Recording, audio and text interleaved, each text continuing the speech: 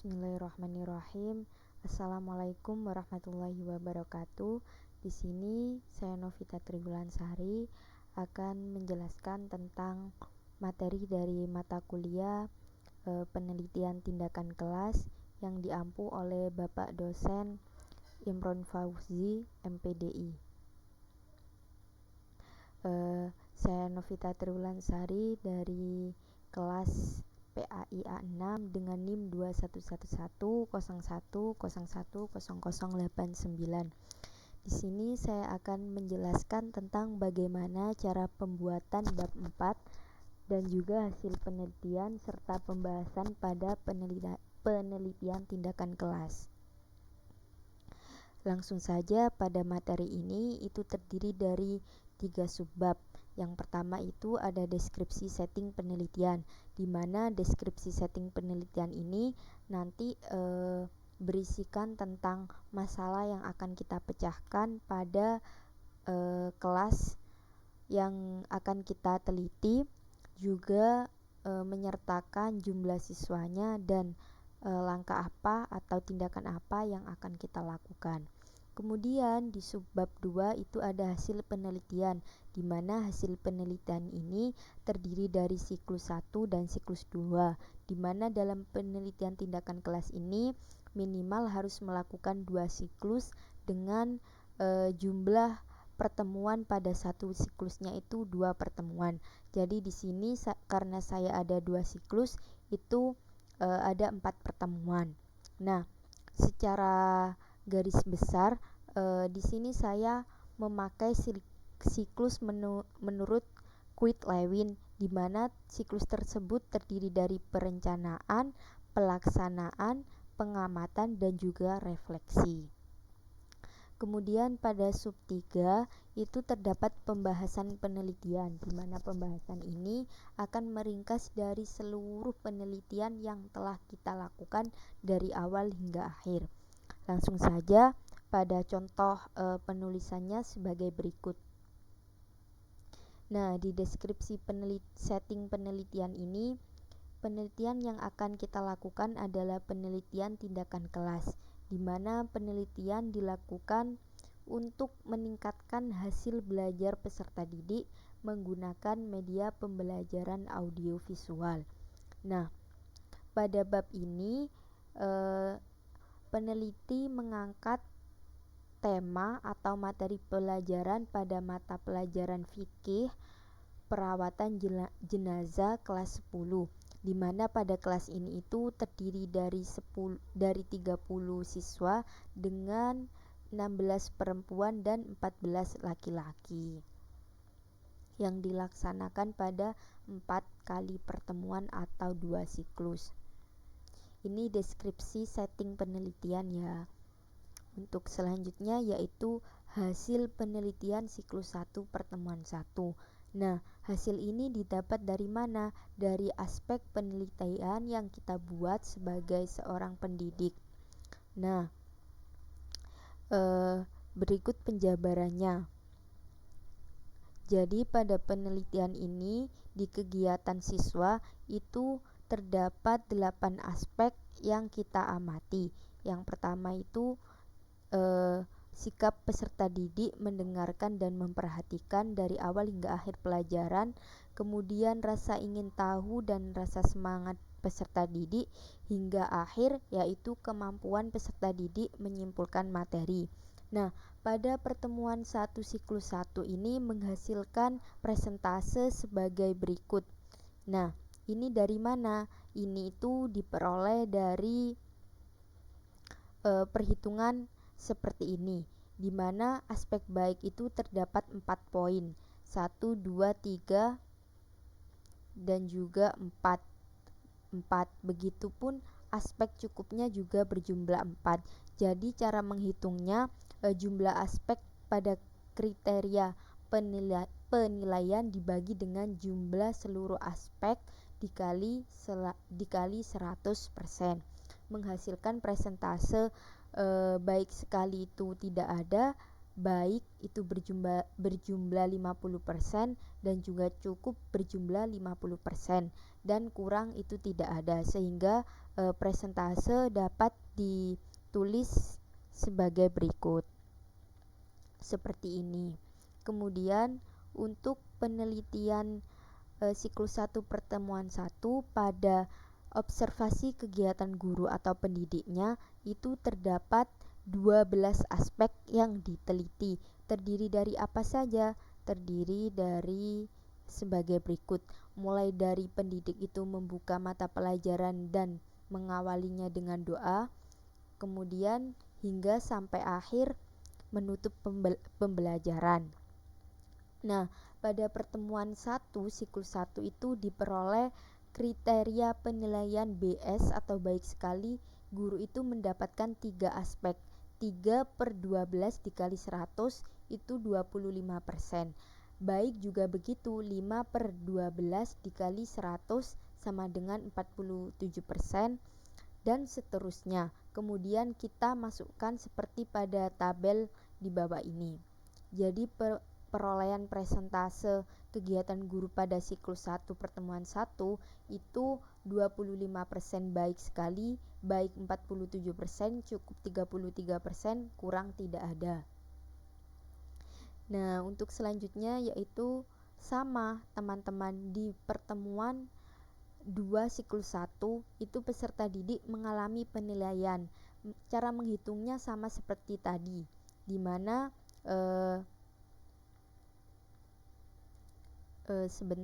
hasil penelitian siklus 1 pertemuan 2 oleh siswa terlebih dahulu, di mana penilaian itu meningkat.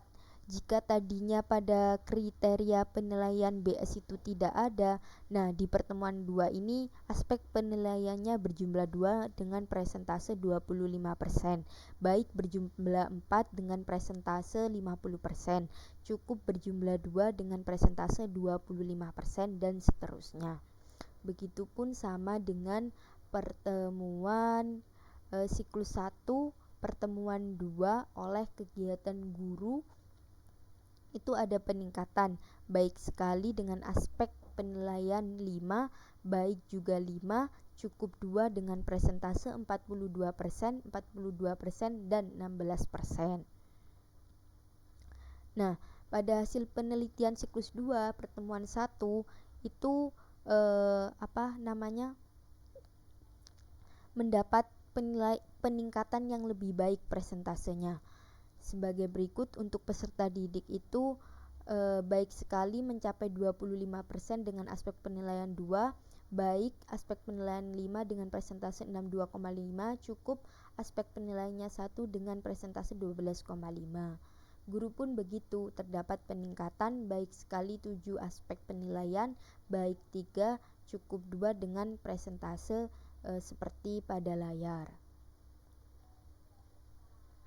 Nah, begitupun dengan penelitian siklus 2 pertemuan 2 juga begitu ya. Pada kegiatan peserta didik, semakin kita memperbanyak melakukan pertemuan, itu semakin baik tingkat observasi yang kita peroleh karena terus dilatih. Nah, adapun kegiatan pada siklus pembelajaran yang dilakukan oleh peserta didik itu sebagai berikut. Guru itu tentunya yang pertama membuka dan juga mengawali materi atau membuka pembelajaran dan mengawalinya dengan doa, dengan memerintahkan salah satu peserta didik untuk memimpinnya. Kemudian pendidik itu memberikan materi. Sebelum memberikan materi, tentunya pendidik itu mengabsensi terlebih dahulu kehadiran peserta didik dan menyampaikan apresiasi serta memberikan motivasi kepada peserta didik dan menyampaikan tujuan pembelajarannya. Nah, kemudian masuk pada kegiatan inti, di mana peserta didik ini mendapatkan kesempatan untuk mempelajari terlebih dahulu materi dari buku. Kemudian pendidik atau guru itu memberikan penjelasan terkait materi yang telah dibaca oleh peserta didik dari buku agar tidak salah penafsiran dan tidak salah pemahaman. Setelah memberikan penjelasan agar peserta didik tersebut lebih paham, nah peserta didik ini diberikan video terkait materi merawat jenazah. Pada pertemuan pertama itu subnya itu masih tentang memandikan jenazah ya teman-teman. Setelah memberikan video, guru kemudian memberikan penjelasan dan memberikan kesempatan kembali kepada peserta didik untuk bertanya, dan kemudian setelah tanya jawab itu guru memberikan kesempatan kepada peserta didik untuk menyampaikan pemahamannya secara garis besar terkait apa yang sudah dipelajari. Nah, setelah itu guru memberikan tugas berupa resum dan memberikan penilaian dari hasil tugas tersebut, kemudian menutupnya dan menyimpulkan pembelajaran dan menyuruh salah satu peserta didik untuk memimpin doa. Kegiatan ini dilakukan sama baik dari siklus 1 pertemuan 1 hingga akhir nanti. Namun di akhir setiap siklusnya, yaitu di pertemuan 2 setiap siklusnya itu terdapat evaluasi yang harus dilakukan oleh pendidik terhadap peserta didik untuk meningkatkan pemahamannya. Nah, di sini pendidik itu memberikan soal yang kemudian dikerjakan oleh peserta didik, di mana pada siklus 1 pertemuannya itu dari pertemuan 1 dan pertemuan 2 di siklus 1 itu diberikan soal, kemudian di situ kita dapat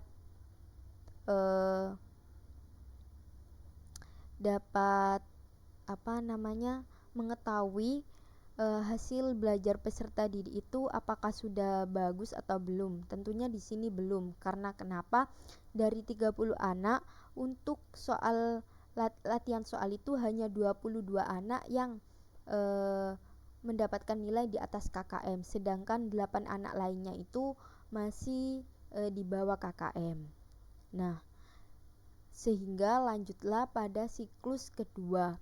Siklus kedua ini sama teman-teman, sehingga tadi presentasenya sudah saya jelaskan, ada peningkatan dari kegiatan guru maupun peserta didiknya. Kemudian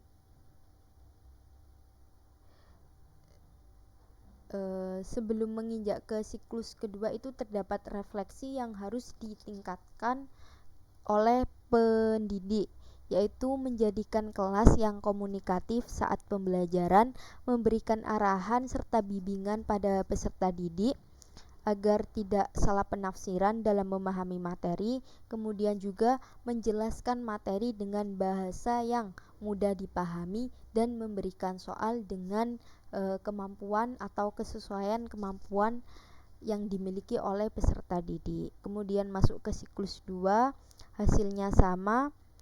Berikut ini langkah-langkahnya sama, namun ada peningkatan dari hasil pertemuan 1 di siklus kedua seperti ini. Ini kegiatan gurunya, ini kegiatan peserta didiknya.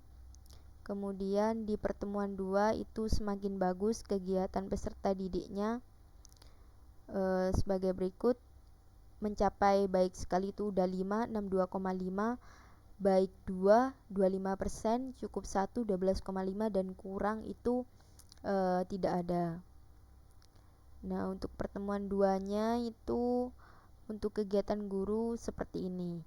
Jadi dapat dilihat atau disimpulkan dari presentase yang diperoleh dari kegiatan observasi, baik dari kegiatan guru ataupun kegiatan belajar peserta didiknya. Sehingga kita memasuki pembahasan atau sub C pada hasil penelitian tindakan itu terdapat perbandingan. Di siklus 1 pertemuan 1 baik sekali pada kegiatan peserta didik itu masih 0%, sedangkan baiknya 50%, cukupnya 50%. Kemudian di siklus 1 pertemuan 2 itu mendapat terdapat peningkatan di mana baik sekali itu mendapatkan 25%, kemudian baik 50%, cukup 25%, dan siklus 2 pertemuan 1 itu baik sekali masih 25%, namun di aspek baik ini ada peningkatan 62,5 dan cukupnya 12,5, dan di siklus 2 pertemuan 2 itu terdapat peningkatan yang signifikan ya, yaitu berjumlah 62,5% untuk baik sekali dan baik untuk 12,5-nya. Selanjutnya di hasil guru, observasi guru ini juga terdapat peningkatan dari sangat baik, aspek sangat baik itu yang awalnya 25% hingga tahap akhir yaitu siklus 2 pertemuan 2 itu 75%. Begitupun dengan aspek baik lainnya.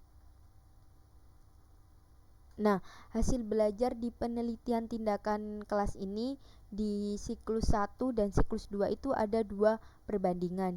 Jika di siklus 1 itu tuntasnya 73% dan tidak tuntasnya itu 27%, maka di siklus 2 itu terdapat peningkatan 97% dan tidak tuntasnya itu 24%.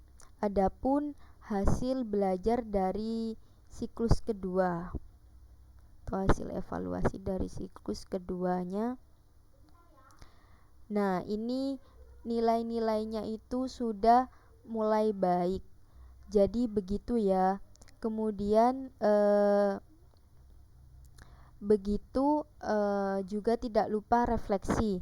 Nah, dari hasil pengelolaan serta pengamatan pada pembelajaran ini, peserta didik itu menunjukkan peningkatan yang baik, yaitu tadi pada siklus 2 kegiatan gurunya memperoleh persentase yang baik dengan sebesar 75% baik sekali dan baik sebesar 25%. Sedangkan evaluasi hasil dari belajar peserta didik pada siklus akhir itu yang tuntas 29 anak dan 1 belum tuntas.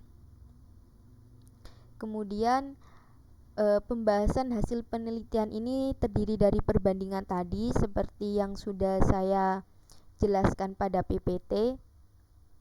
Nah, ini mulai dari siklus 1, siklus 2 presentasenya. Kemudian di pembahasan hasil penelitian ini juga terdapat diagram yang menjelaskan peningkatan hasil belajar peserta didik dan juga cara mengajar guru atau aktivitas guru, di mana di siklus 1 itu hasil belajarnya BS berjumlah tadi ya sekitar 70%-an, kemudian siklus 1-nya sisanya beberapa persen, dan di siklus 2 itu berjumlah 90% lebih tingkat ketuntasan belajar atau hasil belajar. Mungkin itu sekian yang dapat saya sampaikan, kurang lebihnya mohon maaf. Wallahul muwaffiq ila aqwamit thoriq. Wassalamualaikum warahmatullahi wabarakatuh.